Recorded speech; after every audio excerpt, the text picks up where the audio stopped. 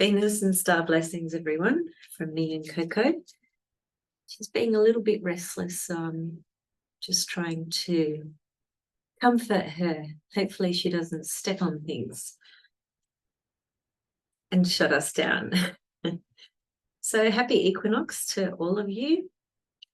We have the autumn equinox for the Northern Hemisphere, and for us in the Southern Hemisphere, it's the spring equinox. So it's a lovely time in both hemispheres. Doesn't matter where you are. It is a time, some kind of celebration, some kind of balancing. It's a harvest period. I think when you just think about it from the point of view of the wheel of the zodiac, we start with Aries, of course. That's the very beginning, 0 degrees Aries, which is the 21st of March. And yeah, I've got fairies, ghosts, all sorts of things happening in this house. Lights go on and off. 21st of March, 0 degrees Aries, the beginning of the wheel, the beginning of the zodiac, the beginning of everything, basically. So we've come to basically the halfway point of the wheel, right? So we've just spent, you know, however many months going through half of the zodiac. So thinking about it from that perspective, we can think, okay, they're going to come back? No? Thinking about it from that perspective, we can look at it as a developmental unfolding of the archetypes on the wheel of the zodiac relative to the tropical zodiac, because that's the one I primarily work with. That's the one I usually talk about when I do my videos as well. I say that because some videos there's been some focus on Babylonian astrology, and that will be that will unfold further as time goes on. I have more work to do with Roman Kolev.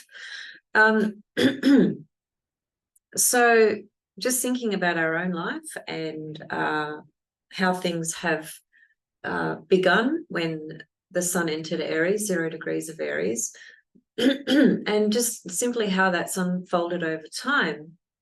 And, you know, the first half of the zodiac is very much about our own personal development, actually, our personal growth, personal development, personal evolution in a multitude of different ways, depending on which archetype you want to look through. So when we get to Libra, people make this assumption about Libra because it is the archetype that corresponds to balance and peace and harmony and all those other Venusian things. One of the assumptions is that, well, Libra is just perfectly balanced, and Libra is not perfectly balanced. It is striving for balance. It is attempting to understand everything and life experiences and relationships and just all the various components that make up our life experiences from a lens, from a view of achieving balance in our own life.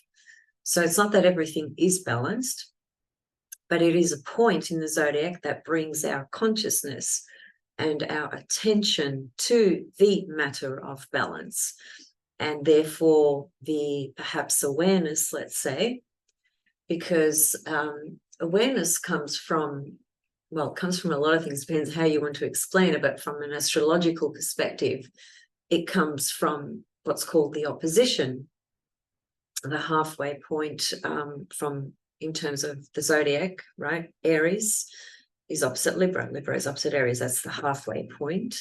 That is an opposition as well. And Libra, of course, is the mirror. It's that mirror that we see ourselves in, that others project onto us, that we project onto others, and so forth. There's this sense of awareness and illumination, if you like, from the point of view of being able to see things more clearly, potentially. Because the first half of the zodiac, we are very preoccupied and very busy developing things about ourselves from the point of view of personal development. When we get to Libra, we get to that halfway point, which is marked by the seasons. It's marked by this equinox period. 0 degrees Libra is critical from the point of view of 0 degrees cardinals are critical. And sometimes throughout different periods, when we have 0 degrees Aries activated or 0 degrees Libra, particularly those two, they're very important points in the zodiac, but they happen every year, of course. And so there's nothing, out of this world happening every time necessarily, just based on that one astronomical factor relative to the tropical zodiac, which is based on the seasons, right? It is an important time for a lot of different cultures, and some religious sects and communities and so forth have various celebrations and rituals and things of that nature. And that's just can be a cultural thing, a spiritual thing, a religious thing that people participate in, and it gives people a sense of connection and meaning, and connection to a community and things like that. And they're all wonderful things because they bring connection and unison and some sense of purification, perhaps. It just depends who you are, what you believe, and what you're working on. But getting back to just our own personal position, it is a very powerful month as the sun travels through Libra to simply just check out all our relationships and check out everything in our life from the point of view of if this particular area of life is imbalanced, let's say, how might I work around that or work with that, or take a different course of action, or just bring more harmony into that area of my life. It takes a lot of self-awareness, and the Libra component, because it acts like a mirror, it enables us to see aspects of ourselves and our relationships that through the rest of the zodiac, the beginning of the zodiac, we don't really have that same level of awareness, thus the power of Libra at this point in the zodiac. So, I feel this energy very strongly. I think I feel everything very strongly, realistically. But anyway, I'm very aware of the energies as they pass through, as it were. And for me, Libra is my opposite sign because I'm the sun sign Aries. So it's that part of me that I've, through the years, have learned to cultivate, develop, and integrate, because the opposite sign to our sun sign can be often described as our shadow side, because it's a side to us that is not as natural, perhaps is alien to us. It's not a part of our inherent makeup, if you like. So we tend to see it, outside of ourselves or in others, let's say. I guess the other important factors that come into this particular Libra ingress, the sun ingressing into Libra, is, of course, Mars is in Libra and has been in Libra for a little while now. We have the South Node in Libra, the Moon's South Node. The Sun's about to go into Libra, and next month Venus will go into Libra. Pardon me. When does Venus go into? It won't be next month because she's in Virgo. We'll have to double check that. I just forgotten the date of when she gets into Libra. But, as per usual, especially when you're talking about the planets very close to the sun, like Mercury and Venus, and Mars as well. But Mars is a bit different because it's got a bit of a longer cycle than Mercury and Venus.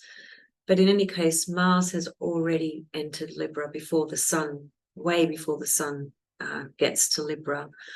And I think more than anything, because the nodes are in Aries Libra, this sun's ingress into Libra might feel for some people more of a focused energy, because the transiting nodes, Aries Libra, wherever they are in your chart, may be activating. You may have planets in Aries and Libra, or in Aries or in Libra.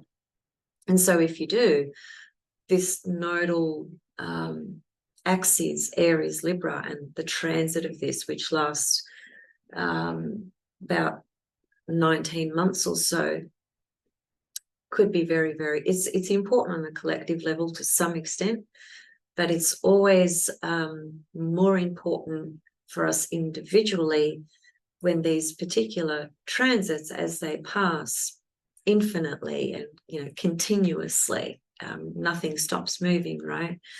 And everything seems to sort of repeat in a way, but the truth is it doesn't repeat.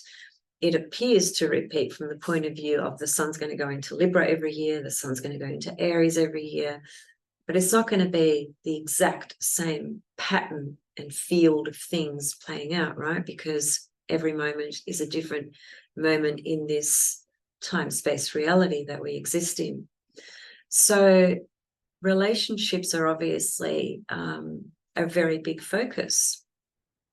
Well, particularly since the nodes transitioned into Aries Libra, I think there's been, you know, a lot of issues for people, in not everyone, but, you know, for certain people in relationships, because the signs that the moon's nodal axis is in are ruled by Mars and Venus. Mars and Venus were the most famous lovers, of course, very passionate lovers, and often do signify love and passion and lust and relationship and connection, and also autonomy as well, and independence. So Mars is more the level of wanting to pursue one's own desires and be, you know, free and autonomous. And Venus, generally speaking, you know, is more interested in connection and some kind of union, right? So they are inherently extremely different, Mars and Venus, right? No two ways about that. So let me just get the equinox chart up for you guys. So there it is there.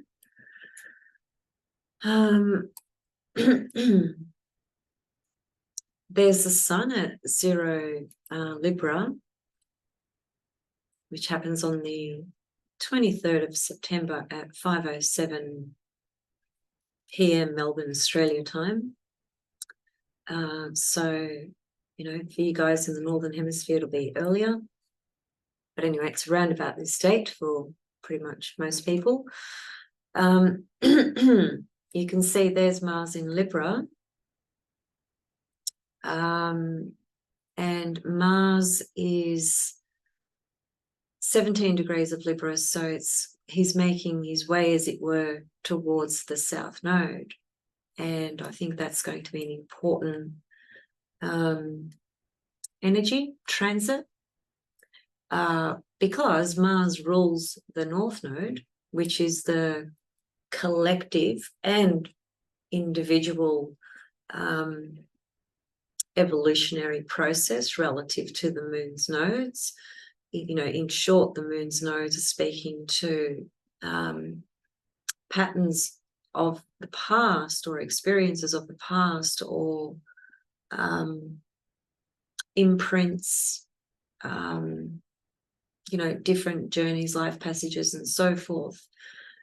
The south node is always connected to the past in some kind of way, and the north node is always pointing us to the future, if you like, and the present. what we are currently evolving towards, working towards, trying to integrate.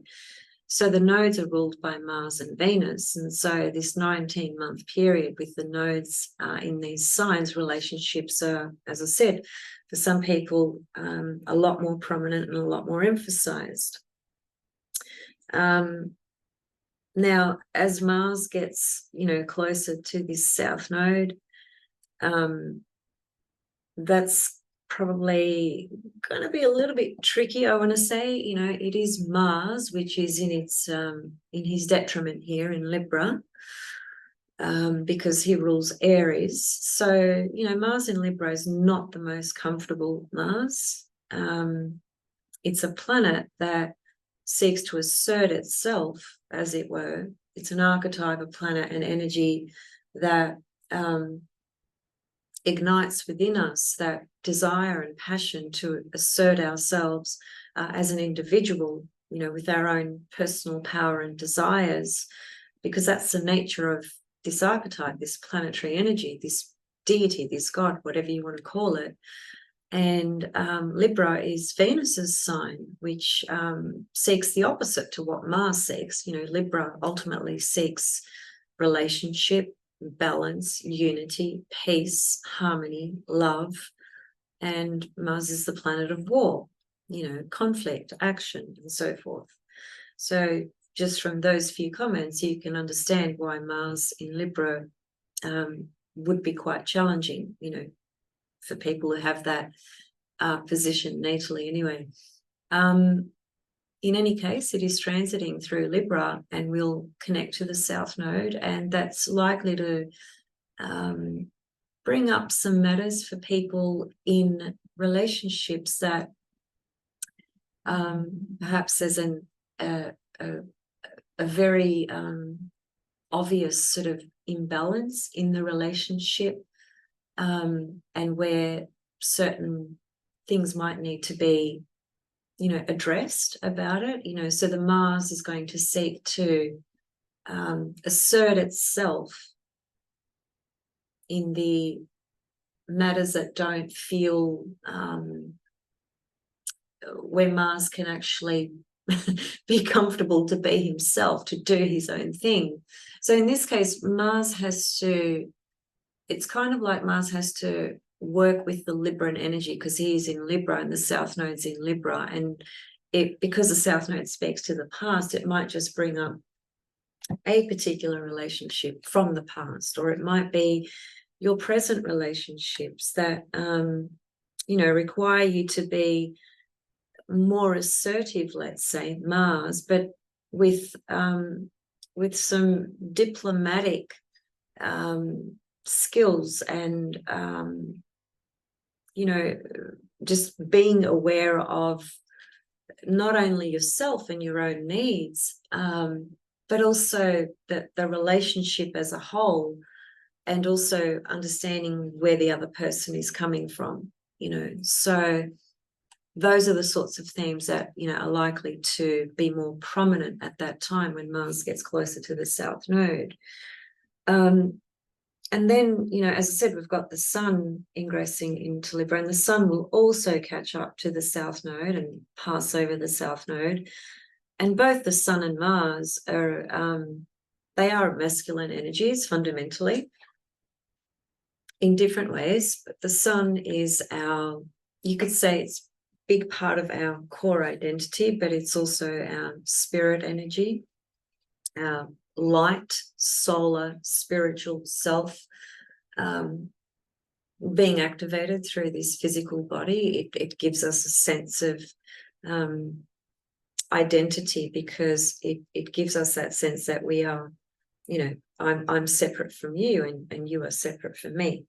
In truth, and at the highest level, none of us are separate, but from the point of view of our persona, personality, person, physical body, and just understanding that you are an individual, the Sun is that life force, light source that brings in that energy and enables us to understand that we are a unique individual, right? So as it's, tracking through Libra, the solar energy, now you may be a Libran, so you may be having a solar return. You may have lots of other planets in Libra, whatever it is. The sun always brings light, and it brings daylight, right? That's why we have the sun in the sky during the day, not at night. So it's a pure solar force energy. And think about a solar energy. What does it do? It warms and lights things up, right? For better or for worse sometimes. So wherever the sun is traveling through Libra in your chart, those matters connecting to that house, and or if you have planets in Libra in that house, will have this solar energy passing through, bringing more light and consciousness and awareness of the imbalances that may be occurring in that sector of your life, or may not be imbalances. It may be that, everyone's got some kind of imbalance. Because that, if we said that, everyone's balanced, the world would look very different. Number one, people's lives would look very different, and there'd probably be no real purpose for us to be here. We are here because we are constantly balancing things out through our process of evolution. In one life, we might be a saint. In another life, we might be a criminal. Then we come back and we kind of have to balance that out again. The principle of balance is so powerful, spiritually, mentally, physically, emotionally, and is represented through the seasons and through the sun in Libra, and of course through many other things as well. Now, Mercury ingresses into Libra on the 5th of October, so a week or so after the sun ingresses into Libra. So then Mercury catches up there as well, and Mercury is a morning star. Morning star is ruled by the sun god Apollo. So this is an Apollo type of Mercury energy, which is really interesting. Look up the sun god Apollo if you don't know anything about him. He was pretty amazing god, mostly known for his ability with music and things like that, but he had lots of different skills and qualities and abilities, and his story is quite interesting. His twin sister is a goddess called Artemis in Greek, Artemis, Artemis, and that's also an asteroid goddess or a mythological archetypal figure who sometimes gets referred to as Diane. That's the other name for it. So Artemis is the Greek name. I think Diane's the Roman name. She's actually Apollo's twin sister, and she's the goddess of the night. She's a moon goddess of the night, and he's a day god, a sun god, a god of the day, of the sun. And it is said in their mythological stories that it is Apollo that assists the sun's path, in its rise, when it rises in the eastern horizon after it comes down, from being under the earth, if you like, right, the bottom part of the chart. So if you're looking at this from the point of view of the chart, the sun rises here, the sun sets here, midnight is here, and midday is here. So in most cases it'll be that, but that will alter based on summer, winter, and so forth, and latitude and where you are. But generally speaking, this is 6 a.m., that's 12 p.m., that's 7 p.m., and that's midnight. So it's said that Apollo is the one that actually, I can't remember the words they use, but basically he assisted the sun's pathway in rising in the east. He brought the solar energy to us, thus why he is the sun god Apollo. And his twin sister, Artemis, or Diana, who's a nocturnal goddess, a lunar goddess, night goddess, corresponds to the moon. And she was the one that brought the moon's light to us, as it were. There's a very interesting story about those two, actually, and because there was a lot of tension and conflict and fighting between them. But they did also unite and come together in very, very crucial moments in history, like such as the Trojan War, for example. They've got a really interesting story. It's just always so worthwhile reading mythology and understanding the different myths to these different archetypes. In this chart, we are using all the planets, including the 3 transpersonal planets, and I'm using the traditional asteroids. We have the vertex here as well, the moon's nodes, of course, and what else? And the part of fortune's in here, because I always just have the part of fortune in the chart. And by the way, just as a side note, the part of fortune is so misunderstood by most people. And that's a class I'm going to be teaching down the track as part of the classes that I'm actually offering. So reach out if you want to connect with my classes. They are open, so you can do 10-week blocks, or you can do a class here and a class there. I'm just keeping it really flexible. And this Saturday, which is Friday night for you guys in the Northern Hemisphere, is my 3rd class. And that's going to be a really interesting class as well. That's on the quadruplicities of astrology. And I've got some really brilliant chart examples. And I'm going to be doing a lot of chart examples through virtually every class, because that's the most powerful way to learn the archetypes and how things can unfold. Because there's a myriad, a multitude of ways as to how each archetype can manifest and express itself.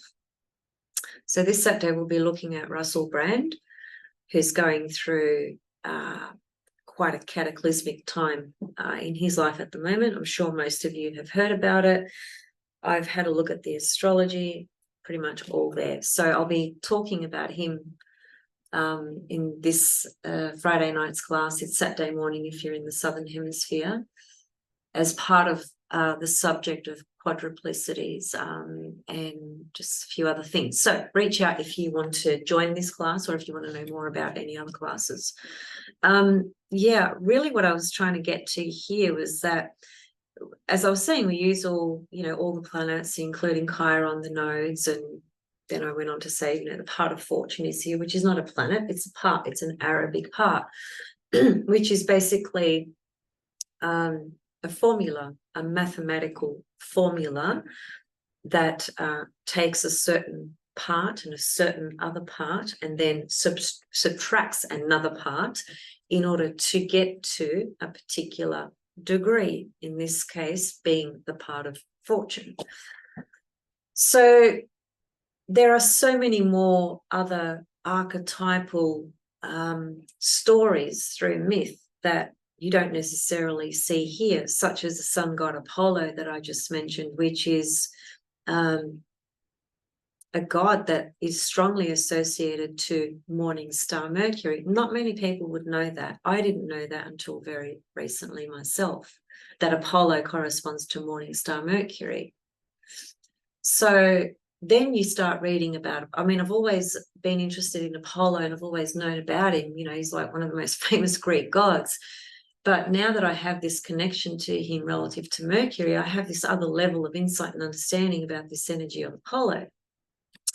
And knowing that, his twin sister is Artemis or Diana, and she's, the nocturnal goddess that connects to the moon and things like that. And then this morning, I was looking at the 9 muses.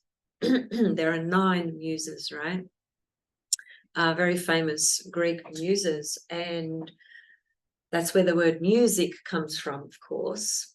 And they've always fascinated me, the 9 Muses. There's so many different teachings and historical and cultural connections to those 9 Muses. I certainly don't know all of it. It would be a huge area to explore, but I just know it from the astrological and Greek mythological level. And I was just looking at one of them today, and I hadn't realized that one of the 9 Muses, whose name I've just forgotten. Let me just grab it. Sorry, I know I've gone off track here, but it's still interesting information, right? Because it's learning. You know, if you don't know about the things I've talked about, then you've learned something new, right? So it's not a waste of your time. And I like to present my videos in an eclectic manner and in an open manner. And if something comes through, because it comes through, I just allow it. I'm not one of these rigid persons where I have to stick to this and, you know, I wrote that and I wrote this and this is what I'm going to say and that's how I'm going to say it. I don't work like that. It's just not me. Here she is. Her name is, now I've got to figure out how to say this in English. I know how to say it in Greek. It's in Greek, it's terpsichori, and in Greek, and in English, it's terpsichore. It's perhaps how you would say it. It's spelled Terpsichore. She is the goddess of dance, specifically the goddess of dance and chorus. And I looked at I'd never looked at where she was in my chart, and I looked at where she was this morning, as in where she was when I was born. And she's in Taurus, basically sextile my own Venus, right? Which describes why I'm a dancer, and I've danced my whole life. She's the muse, the goddess of dance. These are not coincidences, you know. Anyway, point is, there's a lot, so many different archetypal characters and stories that weave this gorgeous tapestry, right, through your chart and through the heavens at any given moment. Sometimes we limit ourselves, you know, by just sticking to, okay, so Pluto's in Capricorn, Saturn's in Pisces, and there's heaps and heaps to say about those, heaps and heaps for sure. But one thing I do notice is that a lot of people don't have much understanding of mythology. They don't know which mythology corresponds to which god or which archetype. And that's something that I'm going to be teaching in my classes as well. So once again, if you're interested, let me know.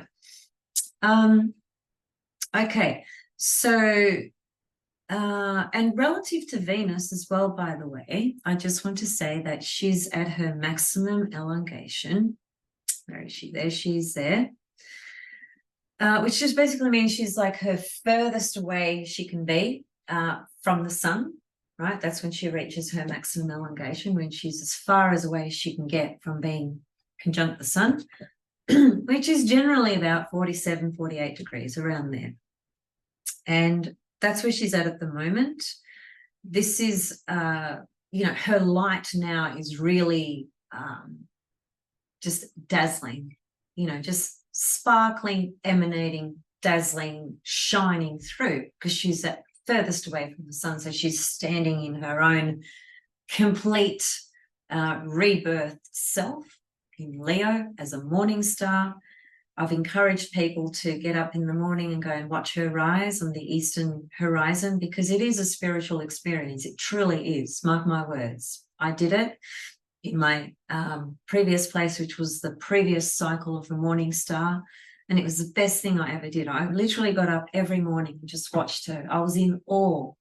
I was, oh God, it made me so happy. It was just such a beautiful experience.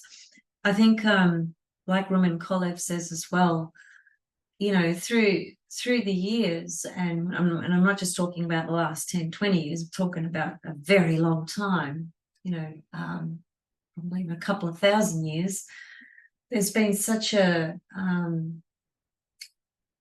disconnection or moving away from, the observation of the sky, the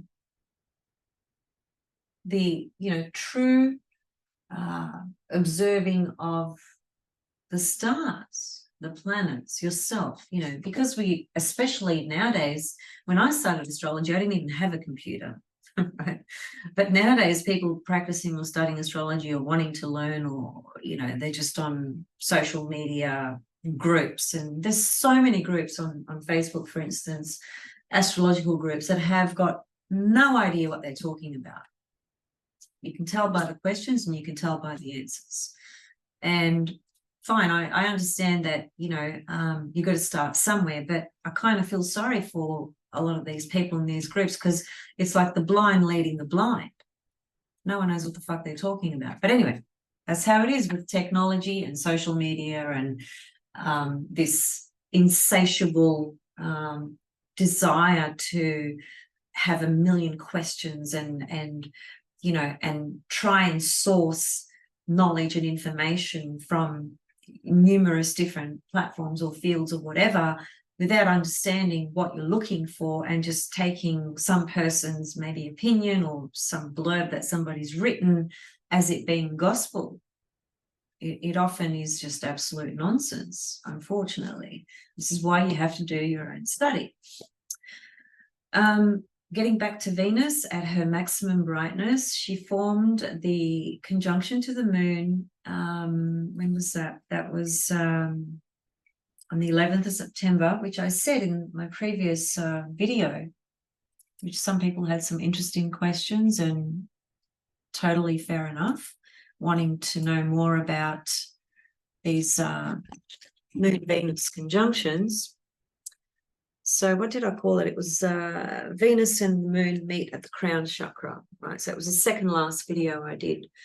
So that's the first meeting of Venus and the moon, and there'll be 9 of those, and 7 out of those 9 connect to the chakras. The first one is the crown, which is the one we went through, September 11, and I made a statement that it corresponds to the descent of Inanna, because it does, even though Venus has been, totally reborn as a morning star, and she's like this earth fire goddess now, like just, ready to go.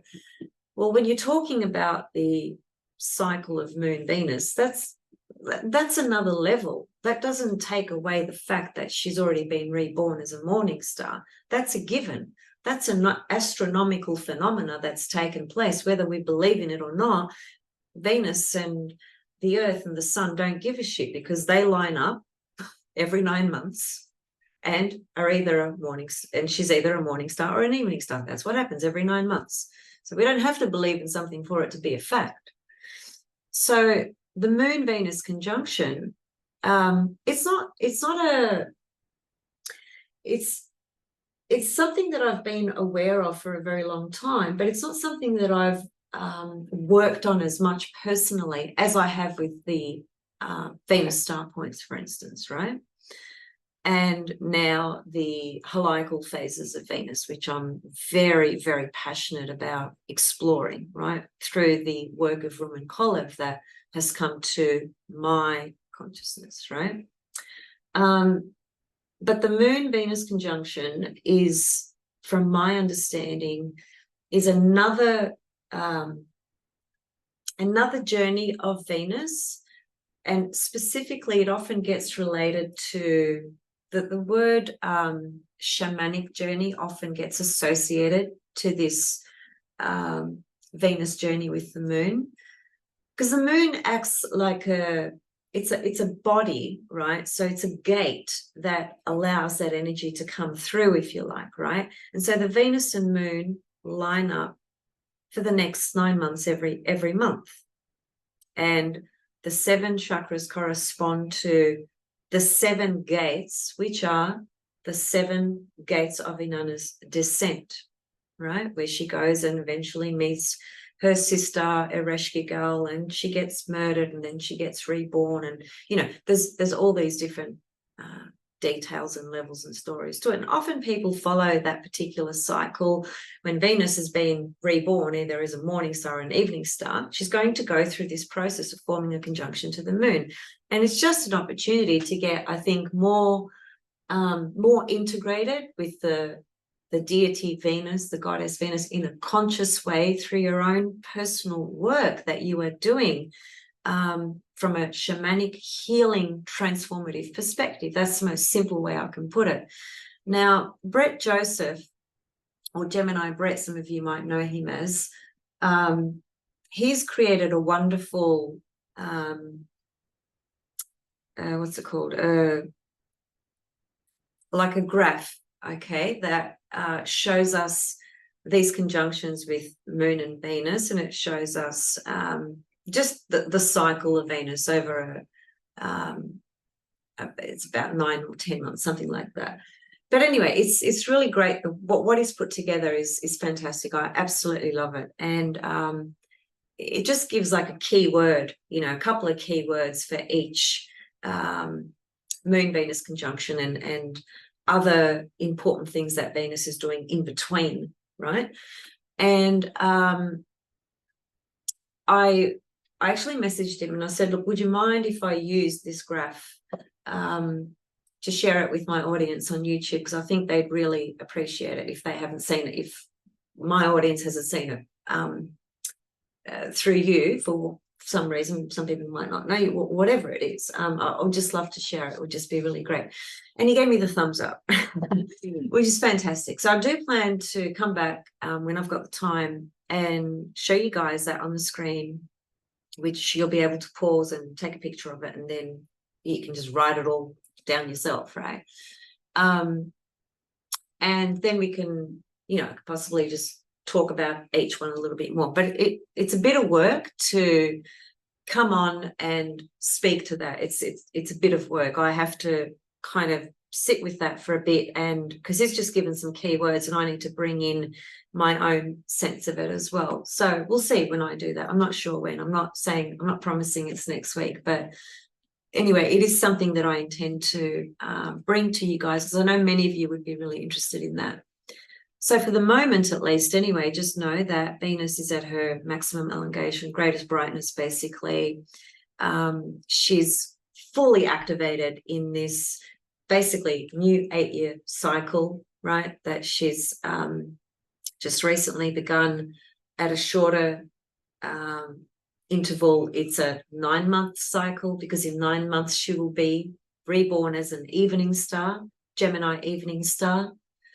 And we can also look at it from the point of view of retrograde to retrograde, which is 19 months. So this retrograde cycle of Venus that we just had in Leo, which is her becoming the Leo morning star, was her being retrograde. Well, the next retrograde cycle will happen in 19 months. So you can look at it from retrograde to retrograde, completely new 8-year cycle, or morning star to evening star, 9 months, 9 months, 9 months, 9 months. So it depends how you want to look at it, how you want to work with it. However you do look at it and work with it, it's important, obviously, to see where 20 degrees of Leo falls in your chart, because that was the degree that she formed her conjunction with the sun, was at that degree, and that was her being reborn as a morning star. And as I said, she had the conjunction to the moon September 11th, which was the crown chakra. The next conjunction she makes with the moon, which is going to be the third eye. And I think Brett Joseph calls it the eye of perception gate. Now, each one of these conjunctions with Venus and the moon is called a gate, right? And it's interesting because Inanna's descent into the underworld is known as the 7 gates she had to go through. And the moon is a gate as well, you know, because it holds, the moon actually is so connected to our physical body, right? It's like a body, a gate that holds and opens, you know, energy. So the moon facilitates Venus in this process as she descends through those 7 gates. 7 chakras, which can be said to be an opportunity to work with those 7 chakra points from a shamanic perspective and from a Venus perspective. The next conjunction occurs on October 10, right? So next month. And that is, as I said, it's the third eye, which is called the eye of perception, and that will be at 1 degrees of Virgo. So that's when Venus gets into Virgo, basically, and she forms a conjunction to the moon. Okay, I have sidetracked, but I know a lot of you would have wanted to hear this because I know a lot of you had some questions in your mind about that previous video that I did. So that's what as far as I'd like to go with that for today. And as I said, I will come back and do some more, offer some more work around that for you guys. Going back to the equinox, nothing should ever be read in isolation because nothing works in isolation, period. Everything is connected. And that saying that people have, we're all one and everything is connected, it's often taken for granted. It's often taken as a cliche and, it's not true. What does it mean? How there's many answers to that question, but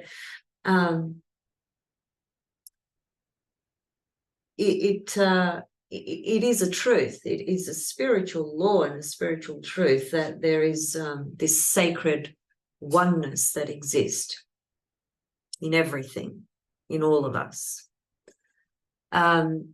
So therefore, in truth, everything is interconnected in some kind of way, although it appears to stand separate. And sometimes that is necessary. Something needs to appear as separate. But everything is ultimately connected. So with the sun in Libra, equinox, northern hemisphere, autumn equinox, southern hemisphere, spring equinox, whilst we are going into different seasons in the northern and southern, it's still the sun in Libra. So it still holds and it represents that energy, that body of energy, as it being expressed from the point of view of we've reached the halfway point of the entire wheel. And I didn't finish saying this when I started this video earlier. I wanted to say as well that if the first half, which it is so much to do with our own personal development, self-expression, unfoldment, integration, and so forth, the second half, which we are just about to step into, it's many different things. Like I could talk hours about it, but just a couple of things I want to say. It is that reaching that point in our life where we can now look at what we have actually been developing personally since the sun went into Aries, and what needs further work, what is out of balance as a result of being so focused in one particular thing and having neglected that, for instance. It can be a simple thing like that, which can make a huge difference when you make an adjustment or two, when you recognize that, when you have the eyes to see, right? And actually the moon Venus coming to that third eye chakra, on the 10th of October, pay attention to that time. That can be very, very powerful, God, in so many ways, but just simply put in, working with your third eye, spiritual eye, clearing that energy there. There's so many things you could do with that. And so as the sun, works its way through Libra, and then, it'll get into Scorpio and Sag and so on and so forth, those signs are more connected to bigger picture aspects of life. Not so much Libra and Scorpio. Libra and Scorpio but still express very much in our personal life because it's relationships on every single level, on a soul level, Scorpio, sexual level, money level, so it's still a personal arena, but it can connect to a lot of different people in our life, both personally and professionally. 7th house is professional partnerships as well. But then once we hit Sag, that's when we start to get to that more expansive, broader position of ourself in the world, right? We'll talk about that as the sun, continues its journey, as it were. But I guess at least at this point, it is about just spending, the next few weeks just working consciously with that Libran archetype from the point of view of addressing what's imbalanced, very simply put. Mars in Libra has been trying to do that for a while now. And Mars in Libra, because it's in its detriment, it's not a natural position for Mars. So there's probably been some hiccups there, I want to say. Some conflicting situations that have come up that haven't been, a person might have felt that they've lost the battle, lost the conflict, or, whatever it is. But just to summarize, because the sun is moving through Libra and Mars is moving through Libra, these nodes are, I feel that there's more energy that is connecting to these transiting nodes at the moment. And finally, and I won't go into this in detail because I'll come back and talk about it, but what's further going to emphasize this Libra season, just to use a commercial term that's been coined. I don't know who it was coined by. They say it's Pisces season, it's Virgo season, blah, blah, blah. I often don't like to use that term. But anyway, there's a solar eclipse coming up in Libra. And that is happening on the 14th of October. It's really, really interesting. So that solar eclipse is at 21 degrees of Libra on the 14th of October. So a little while away, but I'll come back and address that because, well, that portal of energy, that's already open anyway, right? Because especially with solar eclipses, there's a 6-month window.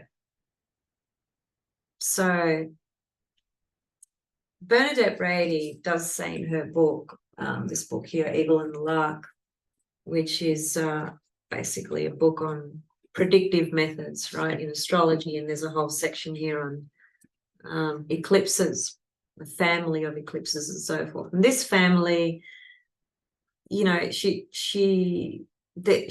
is a strong mention there of conflict and intense bursts of energies coming through and things moving very, very fast. Just in summary, right? That's what she kind of says about this particular solar eclipse and this family of eclipses because of its, because basically at that time what's going to happen is Mars, transiting Mars, will be square Pluto. So that's the vibration that the solar eclipse is going to be holding, and the sun here is just the beginning of it. So we might see some situations might feel or might appear to be even more in balance than we thought they could be. And it'll be our responsibility to address those individually within ourselves if they should come up in our own personal circumstances, and if they should come up externally, how we might respond and address those things in a way that contributes and supports some sort of unity and balance and peace and harmony, as opposed to bringing in, launching, what's the word?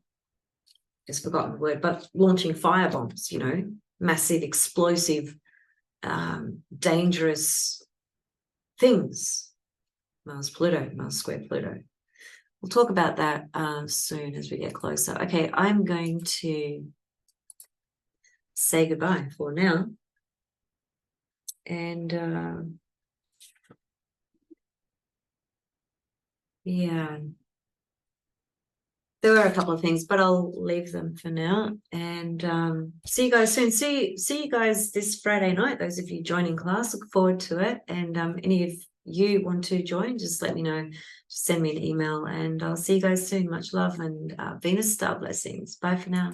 Happy equinox. Oh, and happy New Year for members of certain Jewish communities who just celebrated the New Year just a few days ago, less than a week ago anyway. Okay, bye for now.